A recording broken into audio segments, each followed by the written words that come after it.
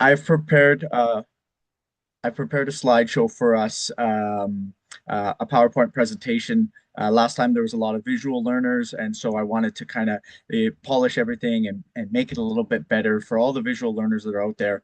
And we'll kind of follow through that, it'll keep us on pace and it'll keep us on structure. And like Toby said, any questions we have, we can address all those at the end. Got lots of time for you guys here. So I'm going to go ahead and I'm going to share the PowerPoint with you. And how does that look? Toby, it looks great. Thumbs up. Okay, perfect. Sounds great. So we're going to basically just kind of work through this today. And sorry, just gotta minimize that window there. Move it to another section. Perfect. So the whole purpose of this is just empowering first-time home buyers. I have in Regina, that's where I'm based out of, but really this goes for anywhere in Canada. I'm not a specialist on markets in other provinces, but I can always put you in touch with agents if you guys are not located within Saskatchewan. But a lot of the fundamentals of what we're going to go over here today are going to be the same whether you're BC, Alberta, Saskatchewan, Manitoba, Ontario, Quebec, all over throughout Canada. So this is just your comprehensive guide to making confident real estate decisions in a very dynamic housing market. Uh,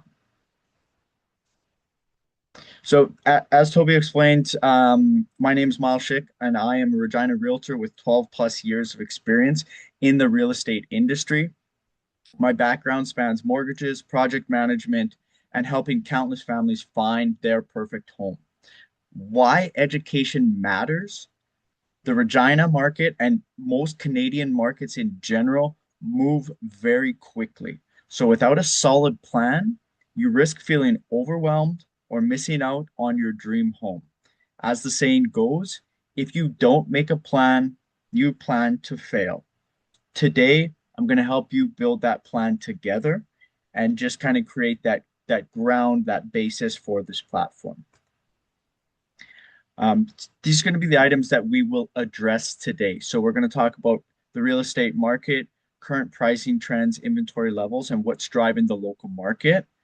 Talk about financial preparation. This is a very important step that a lot of people miss. We're going to talk about the home buying journey, the step-by-step guide from first viewing your home to receiving your keys and everything in between. And then I'll share some practical insider tips with everyone, expert advice on inspections, negotiations, and closing costs. And then towards the end of that, we'll have a Q&A. What's the next steps? And all your questions will be answered and actionable steps to begin your journey. So understanding the Regina market. So current market snapshot in Regina. I speak about Regina just because that is where I'm currently based. If you're in other cities, we can put you in touch with a real estate professional that will be able to give you an idea of what that current market looks like. But I can just speak about this one a little bit today, but I won't focus on it too much. So in Regina, inventory levels remain critically low. The housing shortage is real and it's impacting buying options. So, supply constraints means steady demand. Certain neighborhoods are experiencing significant growth, and established areas maintain strong appeal. Okay. The biggest market drivers, and I think this probably goes throughout Canada, we're seeing immigration, we're seeing interprovincial moves, we're seeing local economic conditions and population shifts that are all happening, which is really shaping the housing landscape. So um, when we are in a low inventory, it typically means competition for quality homes. So being prepared with financing and working with an experienced agent is going to give you a significant advantage. So very much in a seller's market right now. Inventory is low, homes are selling very quickly, and if you're not prepared, you're going to lose out on the opportunity to get that home that you really love. So that's why it's really important that you kind of sit down and make a plan with someone that will be able to um, listen to you, know what you're looking for, and help guide you in that right direction. So this is the biggest step that a lot of people think they can do at the end. This is actually the step you want to do at the beginning. So I'm not a mortgage professional. I'm a real estate professional. But speaking with a mortgage professional to make a financial preparation. So that first step is going to be your mortgage pre-approval. This is an essential first step. A pre-approval shows sellers that you're buying the house from, that you're serious, and it also helps you understand your true buying power. So we deal with clients a lot of time that say, Miles, I don't have a pre-approval, but I want to buy a $500,000 home. And I always ask them, I say, why do you want to buy a $500,000 home? What makes you think that that's your budget? And they say, oh, well, a friend that I work with makes about the same money as me. They just bought a $500,000 home, so I should qualify for the same. That's not the truth, unfortunately. Um, they could have more debt, less debt. They could have a larger household income. So, speaking with a mortgage professional to really understand what your true buying power is actually a really important step. You might qualify for more than you think, and you might qualify for less than you think. So, understanding affordability.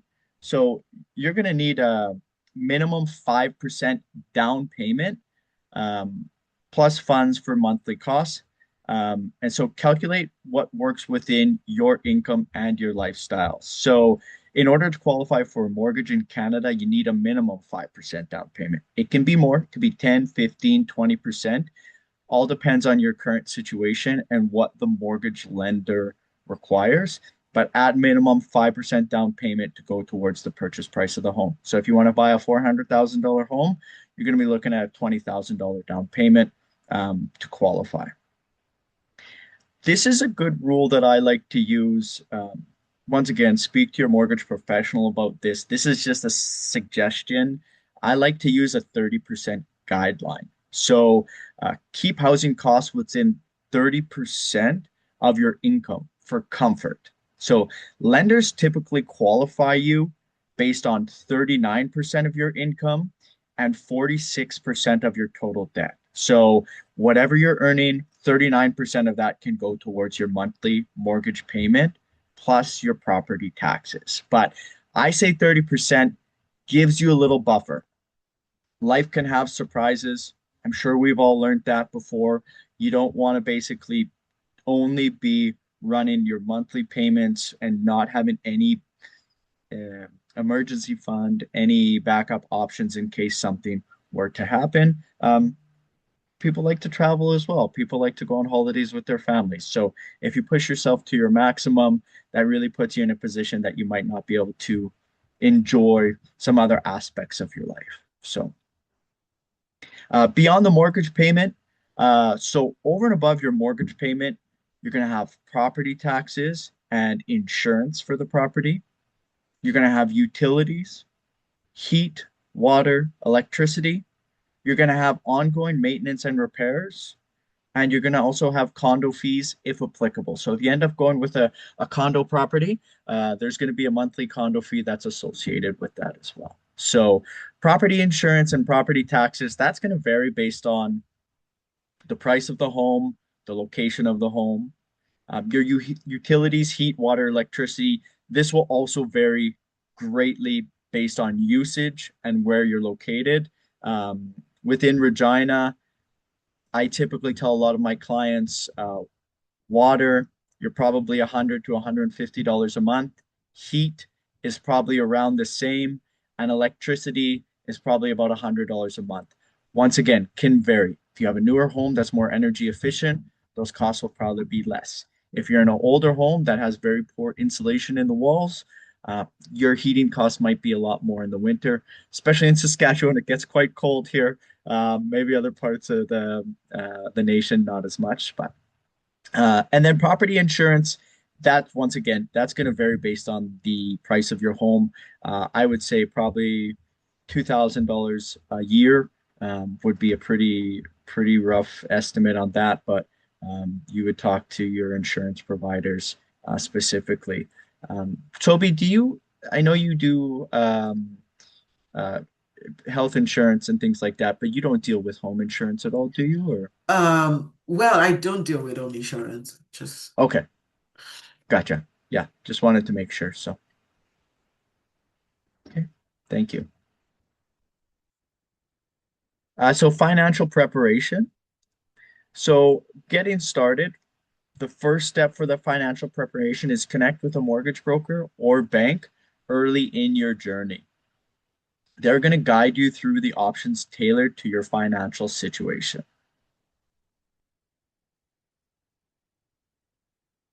This one is it's always a big topic of discussion. Um, Fixed versus variable rates. Everybody always asks me, Miles, what's the best option? Should I go fixed? Should I go variable? Um, there's the answer is there's no perfect answer to that. It's really based on your personal capacity. So I'll talk a little bit about those here, and you can discuss those further with your mortgage professional when you do your pre-approval. But a fixed rate, it offers payment certainty and protection from rate increases. This is ideal if you prefer predictability and budgeting stability. So if you're tapped out on your payments, you're at the maximum, you don't have a whole lot of additional monthly income, I typically recommend fixed rates because your interest payment and your mortgage payment remains constant throughout your term. If you have a little bit more tolerance and a little bit more flexibility, you're a little bit more of a risk taker. Variable rates can offer savings when the rates drop, but they can also carry risk if the rates rise. Best for those that are comfortable with that financial flexibility. So, personally, myself, I'm on a variable rate. Um, Within the past couple of years, we've seen interest rates become quite sporadic in Canada. They were quite low back in 2021. We saw them increase quite drastically, and now we've saw them kind of come back down. A lot of my clients that had taken variable rates when the rates went up, I got a lot of phone calls, a lot of people panicking, saying, "When is it going to stop, Miles?" I said, "I don't know. I'm in the same situation with you." So there was a risk associated with that. Whereas the people that were in fixed rates, they didn't have to worry about that. Their payment stayed constant throughout that little bit of a roller coaster of interest rates. So interest rates have been declining lately. They're probably hovering around the high threes, so probably 3.6 to 4 or 4.2, depending on the type of interest rate that you're working with. I don't have a crystal ball. I can't predict what the future will bring for interest rates, but I think we're probably going to see them hover around these kind of this area. I would expect kind of normal rates to be anywhere between 3 to 4.5% historically. So we talk about term and amortization. So everybody always talks about rates, but term and amortization are two other terms that you're going to hear when you are discussing mortgage pre-approvals. So the amortization is your total repayment period. So typically this is 25 or can be even 30 years on some newer homes, or if you're doing 20% down. This is if you made every single mortgage payment, that is the amount of time that it would take for your mortgage to be paid off. Okay.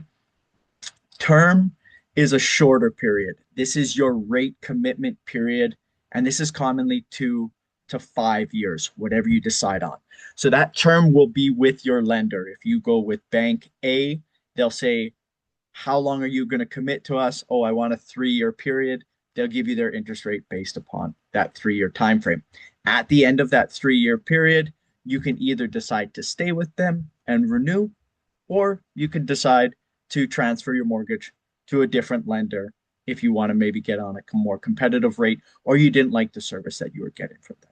So, uh, once again, the right choice depends on your goals, your risk tolerance, and your long term plans. So, reach out to your mortgage specialist and they'll help you navigate what matches your needs. Another aspect of financial preparation that I like to touch on is credit and approval. So, your credit score matters. Credit scores significantly impact your mortgage rate and approval odds. Higher scores can sometimes unlock better rates and more favorable terms for you. You also might have more options from different lenders. Okay. Uh, Protect your credit. So avoid missed payments and collections. Even the small ones count, especially if you're new to Canada. When you're establishing a credit rating within the first year, I cannot stress this enough. Do not miss one payment at all. Even if it's a $20 minimum payment on a credit card, you make that on time or early. If you're missing those payments, that reports on your credit bureau. And if you want to go and get a mortgage, you might miss one or two payments. Lenders might say, this person doesn't have a good history of making their payments. We might not lend to them. Or if they do lend to you, you're going to be at a significantly higher interest rate. So, um, the 1 year rule. Typically, lenders require 1 year of Canadian credit history with consistent payment patterns. No credit history can be as problematic as bad credit history. So if you land in Canada, you're here for a year and you just pay cash for everything.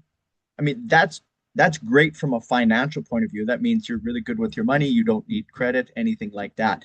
But when it comes time to purchase a home, um, the credit bureaus are gonna look at your credit. You're not gonna have anything. So it's really it's a blank book.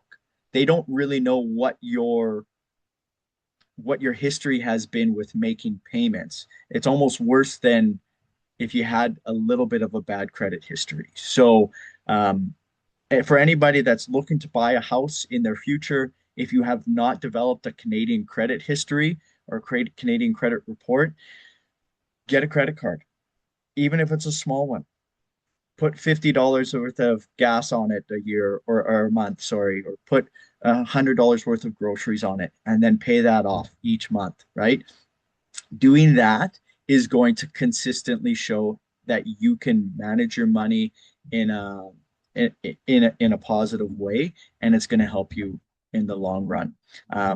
For some lenders, if you only have one credit bureau, like one credit card or one vehicle payment, they might want to see secondary proof. Some lenders will ask, if you're new to Canada, proof of your rental payments. So if you've been renting a property for a year, they might say, okay, we see you have one credit card, but we want a secondary source.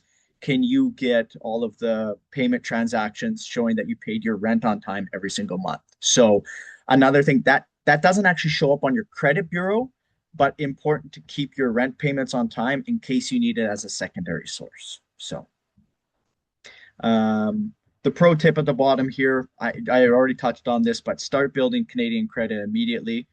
Use credit cards responsibly, pay bills on time, avoid carrying high balances relative to your limit. So another thing that credit uh, bureaus take into account is if you have a credit card that's $2,000 limit, if you max that out and you're only making minimum payments. So if you owe $2,000 on your credit card, it's at its maximum limit.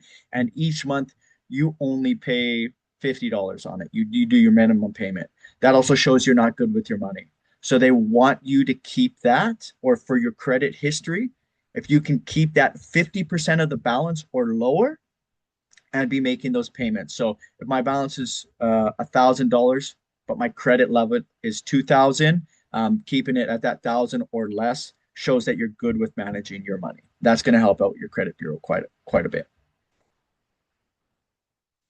So here's where we're going to get into a little bit of the breakdown of the home buying process. So we just talked on pre-approval, so secure financing and establish your budget.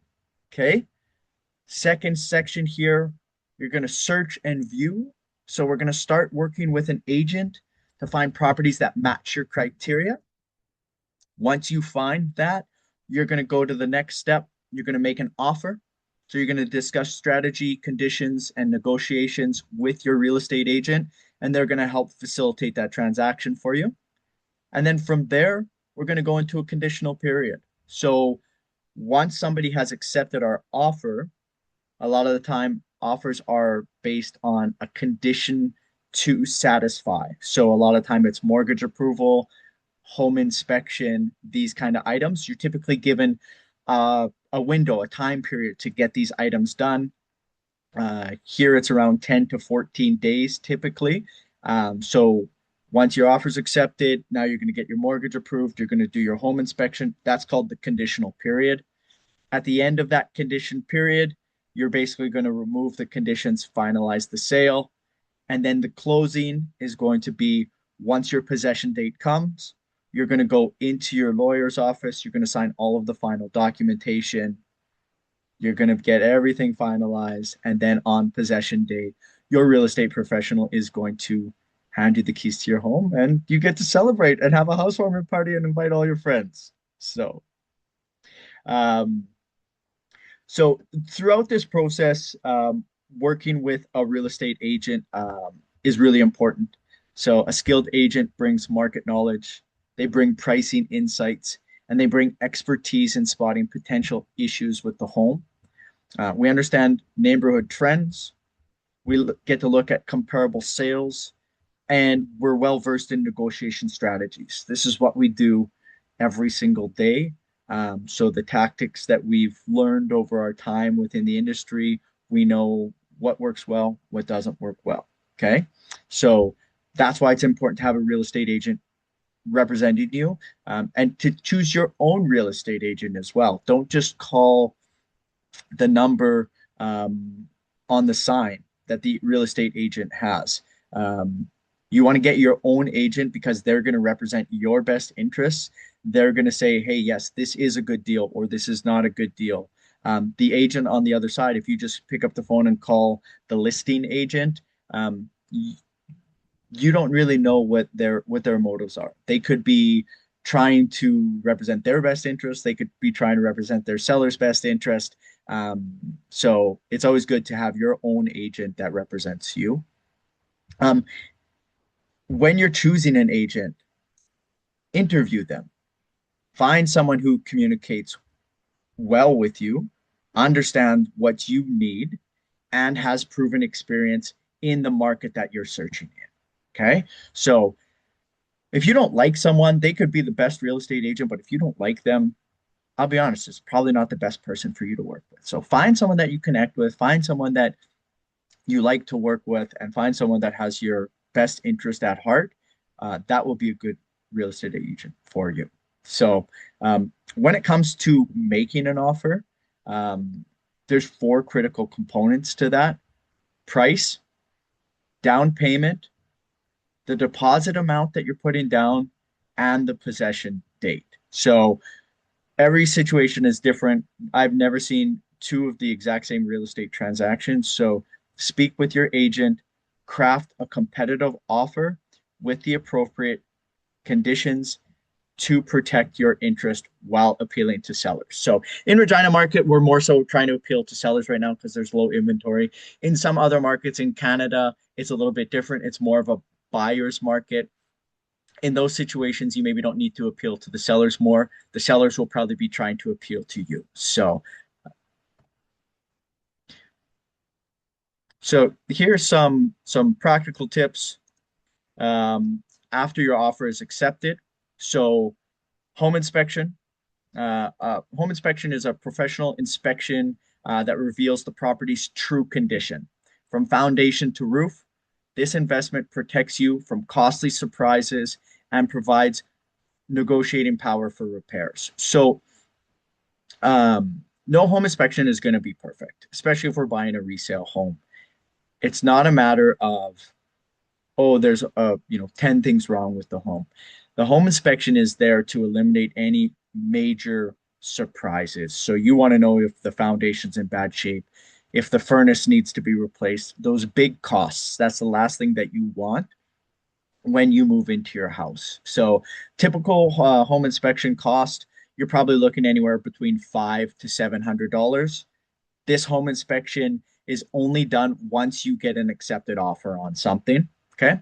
And this cost is going to be the responsibility of the buyer. So if you're buying the home, this is going to be your cost to pay to the home inspector. Uh, Legal fees and closing process. So once you've removed all the conditions and you're ready for possession, you will go into your lawyer to sign all of the final mortgage documents and to sign all of the documents to transfer the property into your name. Okay. Your lawyer is going to handle title searches on the property, documents review, and the final transfer of ownership. They ensure that everything is legally sound and protect your interests. So, legal and closing costs, typically in Saskatchewan, this is around 1.25% of the purchase price. This can vary province to province. I know for a fact in BC, they have a very high land transfer tax. So, if anybody is in other provinces, just make sure that you're chatting with your real estate professional to know exactly what you need to budget. This will be over and above your down payment. Okay. Timeline matters. So lawyers need adequate time to complete their work. Typically plan for 4 to 6 weeks from the time your accepted offer to possession date.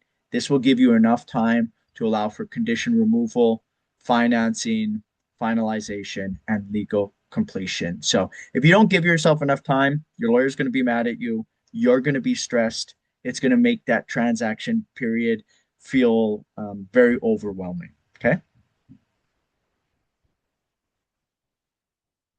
Um, so here's your path moving forward. So secure your financing, begin your search, make your offer, and complete due diligence. So build your dream team. Success requires collaboration with experienced professionals. So your realtor, your mortgage broker, your insurance provider, and your lawyer each play a vital role in ensuring a smooth and successful home purchase. So, if you're ready to take next steps, your journey to home ownership starts today. I'm here to guide you through every step of the experience with honesty, dedication, and success. So, if you are not in Regina and you need a recommendation on a mortgage professional or a real estate agent in another province, you can still reach out. I'd be more than happy to connect you with those people. Also, when you guys are going through the process, um, Toby will be a great asset to you as well. She can offer a lot of advice on financial planning and also on your insurance. A lot of mortgage professionals and lenders will offer their mortgage insurance. So essentially, it's if you life and disability on the mortgage plan. I don't typically recommend this to a lot of my clients because there is better options out there, and I think Toby can offer those to you. The mortgage protection that you get from the lenders typically only covers you for the actual mortgage value. So, a great way of being covered, but not only being covered for the mortgage, is to take some sort of term or alternate life insurance policy so that if something were to happen to you, you're covered for a certain value, regardless of what your mortgage is at. So, a lot of the mortgage insurance, it only covers you on that mortgage. So if you have paid off most of your mortgage and something happens to you and there's only $100,000 left owing on your mortgage, typically how that insurance works is they just pay off the $100,000. Whereas if you talk to Toby, she's the specialist, but I mean, for my term life insurance, I know I have a set value and that value remains the same. So if something were to happen to me, my family would get X amount of money regardless, and then they could use that money to pay off the balance of the mortgage, and then would have additional funds to basically cover some of my income and help with that financial burden. So there is alternate solutions. Talk to your professionals, have some conversations with them. We're here to help you guys with everything. So I think that's it for me. Thank you so much, Miles. Thank you. Thank you. You're I hope welcome. you guys picked some very great nuggets from what Miles had shared. I'm really thankful for you because those points were very, I mean, they were very solid and you were pretty very fast with the whole presentation. So thank you so much once again, Miles. And yeah, I think we can move over to question time. Thank you all for being part of the insightful session. So if you have any question at this point, you want to speak up, just indicate by raising your hand. And then I'll call you. Let me know if you have any question or if you want to drop it in the chat box, that's totally fine. I'm not seeing anything in the chat yet. So questions, please bring it on, guys.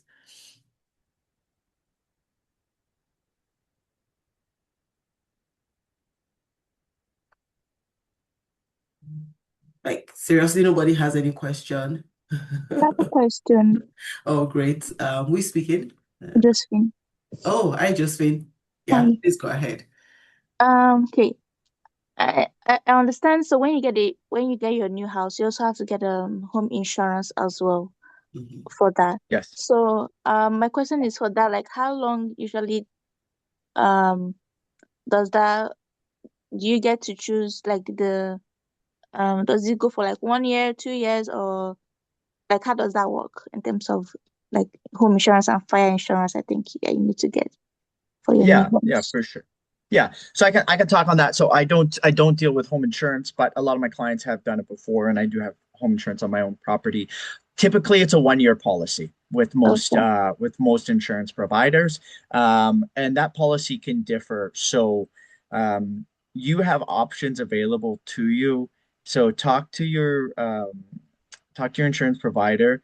There is fire insurance is usually required at a minimum on the property, especially if you have a mortgage. So if you have a mortgage, the mortgage provider will say you need to have fire insurance on the property because they want to know that their investment is protected. If the house burns down, they want their money back. Okay.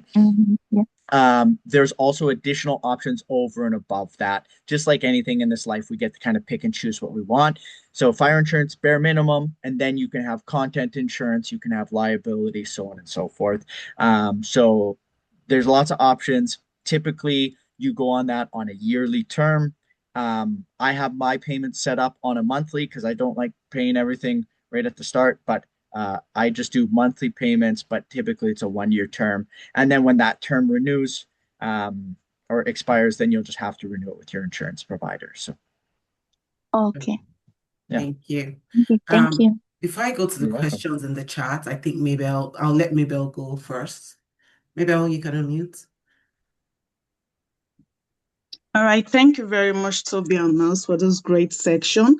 Um, there was something Miles was saying about after the amortization. He said something about amortization that is usually 25 to 30 years. Then he said something about terms, I think 2 to 3 years or 2 to 5 years. I don't understand that terms. Could you please shed more light on that? Thank you. Yeah, absolutely. Yeah. So, yeah, the amortization period is just the amount of time that you're paying the loan back.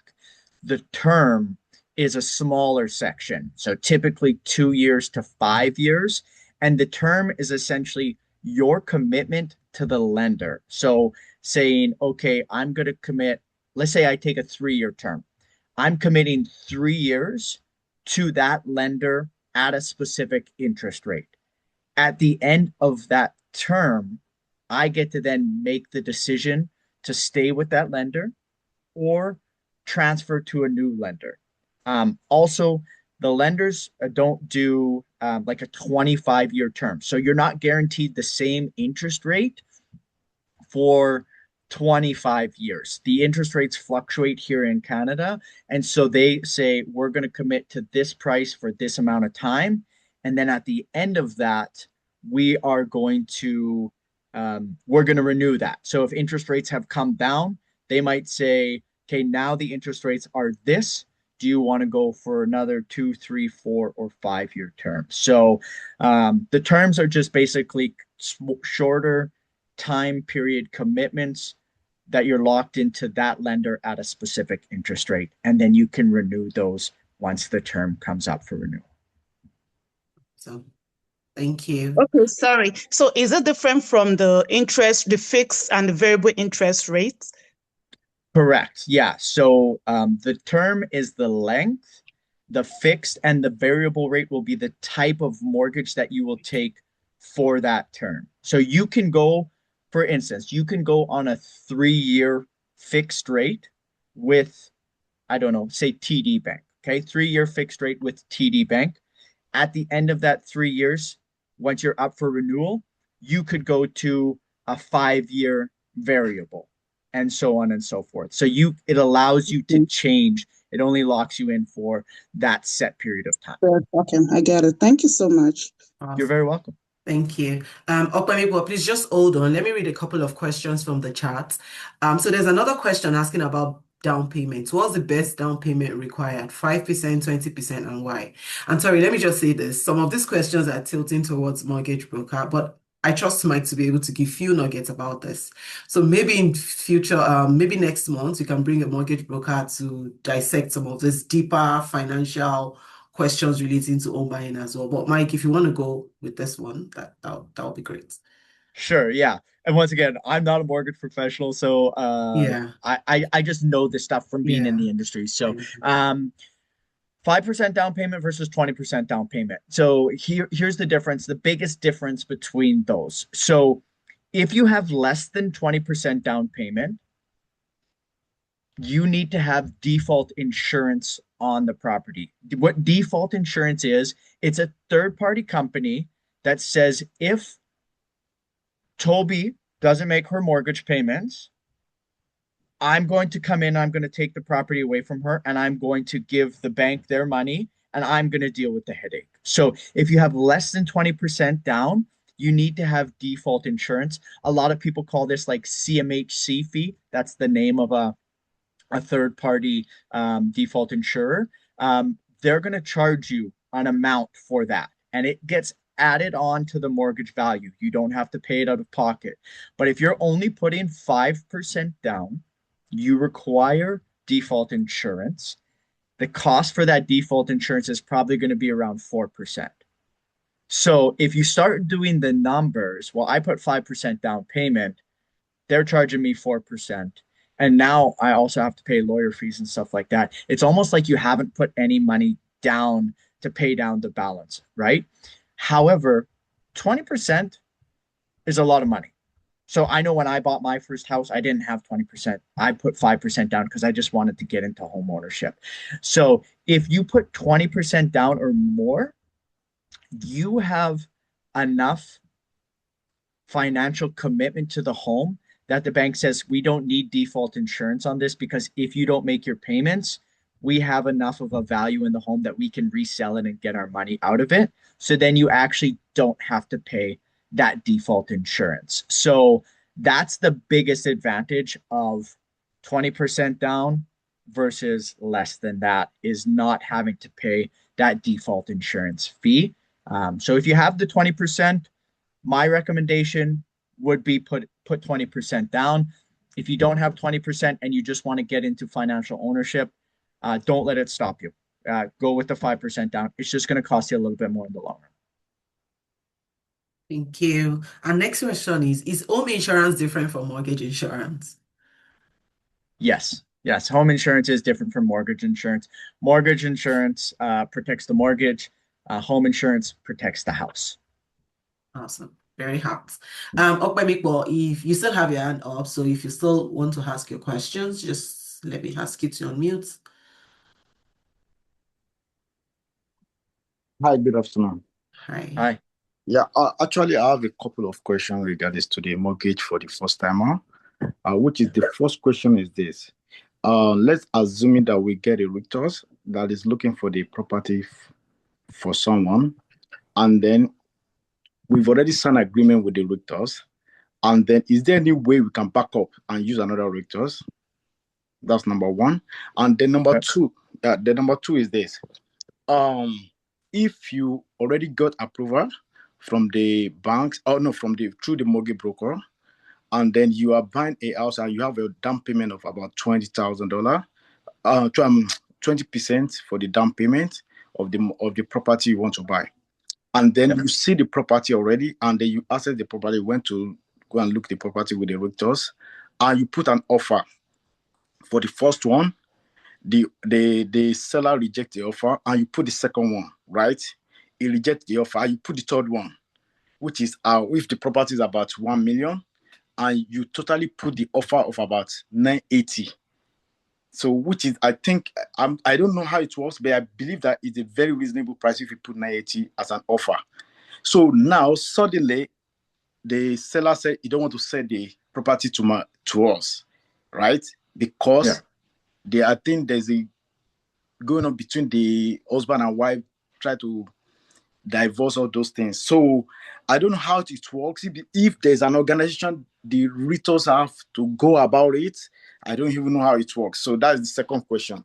And the third question is this: what are the benefits for the first time buyer? Like, I don't know in Regina, I don't know how it was, but what I heard in Ontario, there's a GST. The government is giving the Ontario for the first timer, which is about for the builders. If you have a new house, so the builders can give you back the GST. I don't know if 10% or something percent. I don't know. So I just want to be sure: is that how true it is for that GST? That's the question. Yeah, well, so we'll start with the third question. We'll work our way back. So, yes, the government has announced there is a GST rebate for first-time home buyers on new properties. So it has to be a brand new home or new construction. Um, and if you are a first-time buyer, you would be eligible for that rebate. What a lot of the builders are doing, they are not taking it off the purchase price. You're typically eligible to basically apply for it after you take possession of the home. That's what the builders in Regina are doing. I don't know what the builders in Ontario are doing. So that was announced this year, and from my understanding, it's now been passed through Senate. So all of the information on that program will actually be on the Government of Canada's website. So you could, that's how I tell all my clients to just reference that. If you type in first time home buyer, GST rebate, Government Canada, it will bring up their website and it'll have all of the details specific on there for that program. What constitutes a first time buyer? So all that detail is online. Okay. As for your second question, I'm not going to get into the legal aspect of it because I'm not a lawyer and I don't I don't want to put myself in the middle of a situation. But what I can tell you is sellers have the ability to not accept any offer. So a lot of people think this is a realistic offer. Why didn't they accept it? There's a lot of things that happen. Things happen in people's personal lives. You could offer them $50,000 more than asking price, and they still have the ability to not accept it if they don't want to. Now, it seems kind of silly that someone would say, okay, you're going to give us more or asking price, and they're not going to accept it. But I mean, things like that do happen. Maybe maybe the husband and wife are having issues. Maybe they were going to be buying a different house and that sale has fallen through. So, although it would probably be very frustrating for the person trying to buy the house, giving them realistic offers, at the end of the day, it is up to the seller on if they would like to accept that or not. And then back to your first question, can you write an offer with one realtor and then back out of that offer and rewrite it with another realtor? I'm actually not going to answer that just because of liability issues. I cannot give you professional advice on that. It would definitely, in my opinion, be something that would not be recommended. But once again, I think wherever you're located, there's going to be companies that protect the the consumer, so the buyer, in situations like that. Here in Saskatchewan, we have the Saskatchewan Realtors Association. So if you're located in a different province, I'm sure that province would also have its own realtor association. I would recommend that you look up their details, and those would be really, really good questions to ask them. Awesome. Great. Moving on to the next question. Just a couple of questions from Adeyinka. Is there any government incentive available for first-time buyers? Yes. Yeah. So there is government incentives for first-time buyers. That GST rebate that I was just discussing is probably one of the biggest incentives for that. I also believe there is a tax credit or tax rebate when you file your income tax if you've purchased a home. So if I purchased a home in 2025, when I file my income tax report, I believe there is a small credit or a rebate that you can get. So talk to your accountant or whoever's doing your taxes. If you've purchased a home, make sure they're aware of it so that you can take advantage of that. So that first time home buyer credit, and then the GST rebate for first time home buyers on brand new homes are the two programs that I'm aware of at this time. So. Sounds good. And what's the biggest mistake or regret homeowners have after their first purchase, and what could have prevented it? They don't make a plan. They just they go out and they start looking for homes on whatever app they have on their phone. They don't engage with the real estate agent. They don't get a pre-approval. Those would be the three biggest things. Find yourself a real estate agent. Get someone to help protect you. We're professionals at this. This is what we do every single day. We're here to guide you through the process. So I would say, and don't rush it. Buying this house is a big financial commitment that if you don't buy the right one, it's going to cost you some money to sell it between real estate fees, lawyer fees, all of that kind of stuff in the future. So just make sure you're doing it right the first time. Get the professionals, get them to help you. They'll guide you through the process. And then when the time is right, make an informed decision. Awesome. Awesome. One more question from the chat, and then Oluwatoyin, I would call you to ask your question. Is house crashing right now? When is the best time to buy in Regina, Saskatchewan? Yeah. So I can't predict the future. We tell this to our clients all the time. So is housing crashing right now? I would say definitely not in Regina. Definitely not in Saskatchewan. We are showing very good signs of growth. The past 5 years, we've had about 16% growth total on home sales. So that's the price of home. So basically, that means that we've seen a steady 3% increase per year, which is kind of what we like. Regina has less roller coasters. Some of these larger city centers, we saw them go up quite drastically, and now some of those are dropping off, and people are in situations where they've bought homes for a lot more than what they're valued at in larger city centers, in cities that experience that. But in Regina right now, no, it's still very affordable. There's low inventory, high demand for housing, and it's been like this for the past 2 years. So the other thing in general, speaking for everybody across all provinces that are joining us here today, if you just Google like Canada Home Pricing Index, you will watch that it is a constant increase. So basically, it's going to ebb and flow just like you see those stock market charts. But if you look at 20 years ago to now, the general pricing of homes in Canada typically always goes up. It will go up and down throughout those periods. But if you're looking long term, housing is typically something that remains relatively constant and does increase with time. Awesome. Thank you. So let's quickly go over to Oluwatoyin, and then we'll take two more questions from the chat. Oluwatoyin, I'm asking you to unmute now. Then you can. Thank you very much, Toby and Miles, for putting this together. My Welcome. question is this: are the GST rebate ending? Is it end after the home is purchased, or before one purchases one zone? Yeah, so the GST rebate, is it earned before you purchase or after? That's that the question, sorry?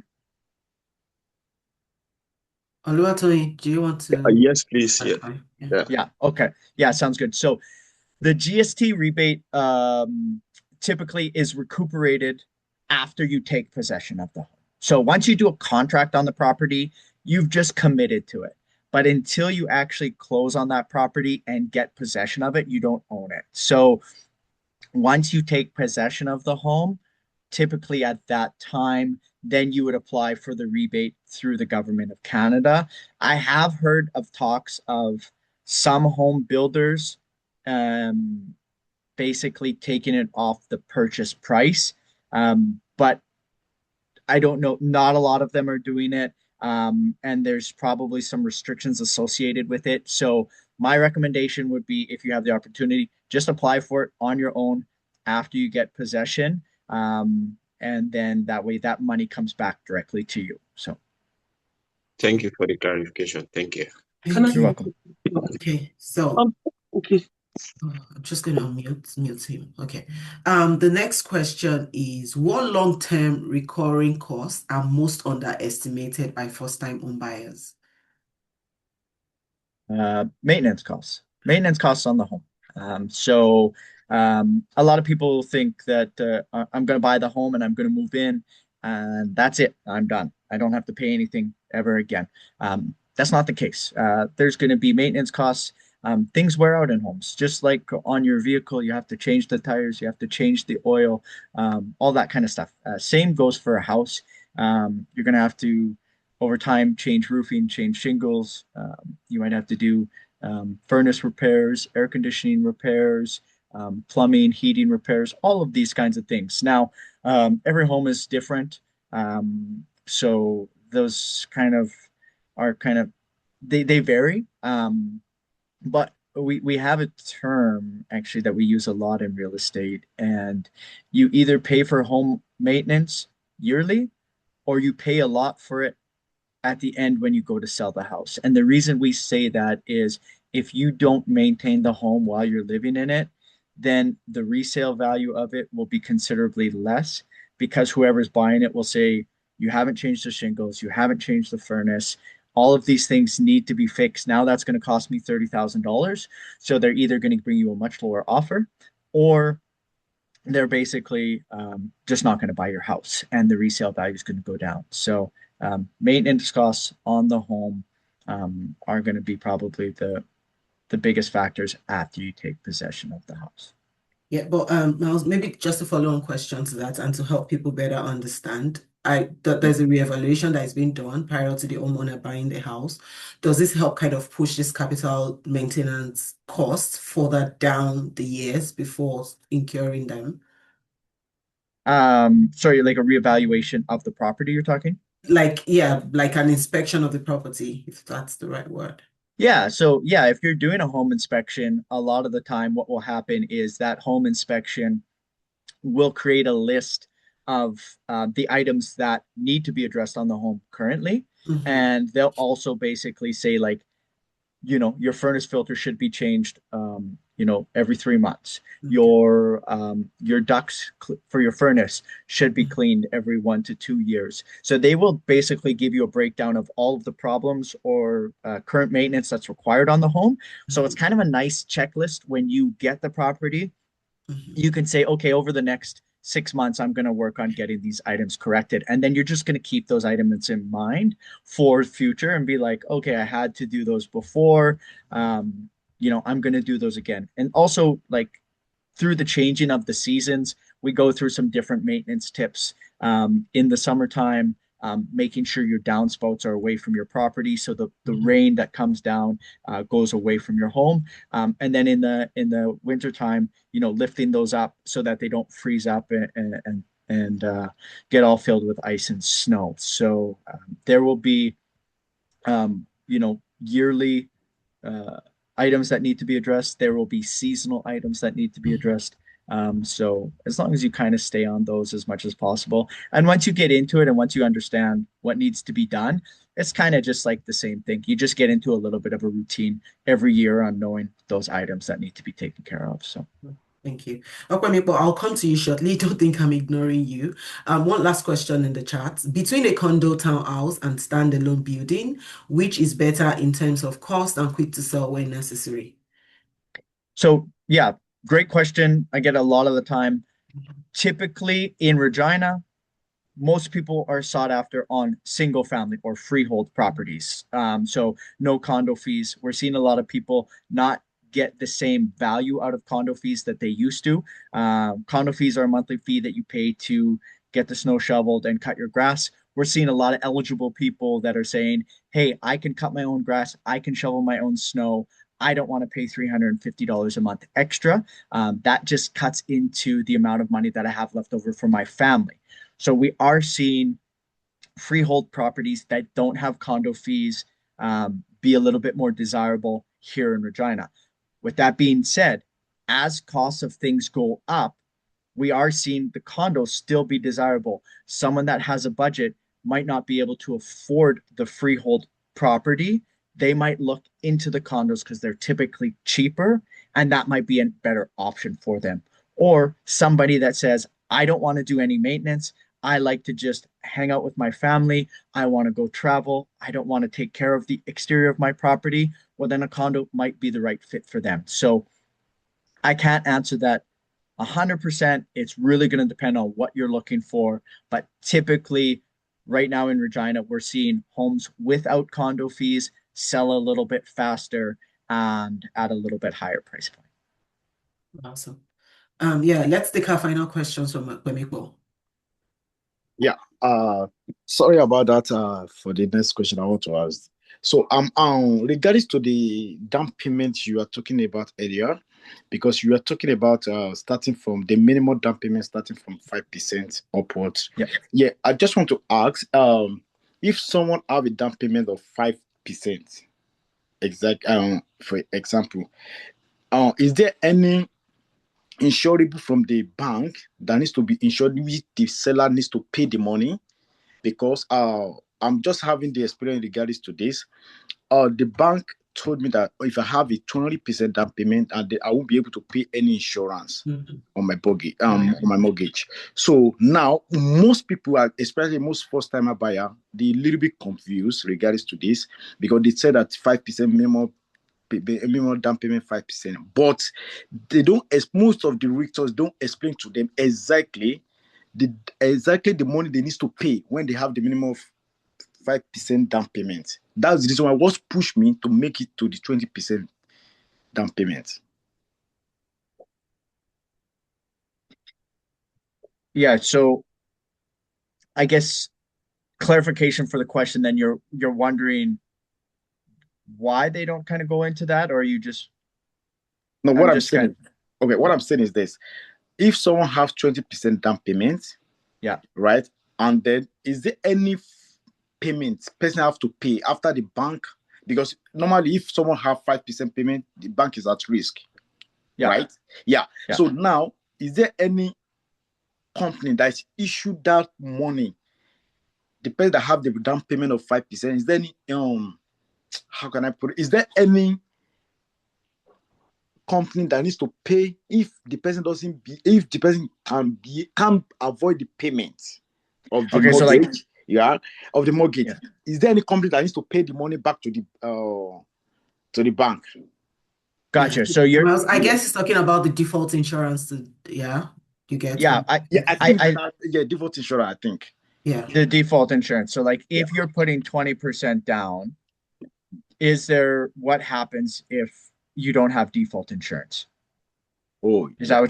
that what you're saying? Yeah. So if you're putting 5% down and you have default insurance and you don't make your payments, then the default insurance company guarantees the bank that they're going to get their money back and they take the property away from you.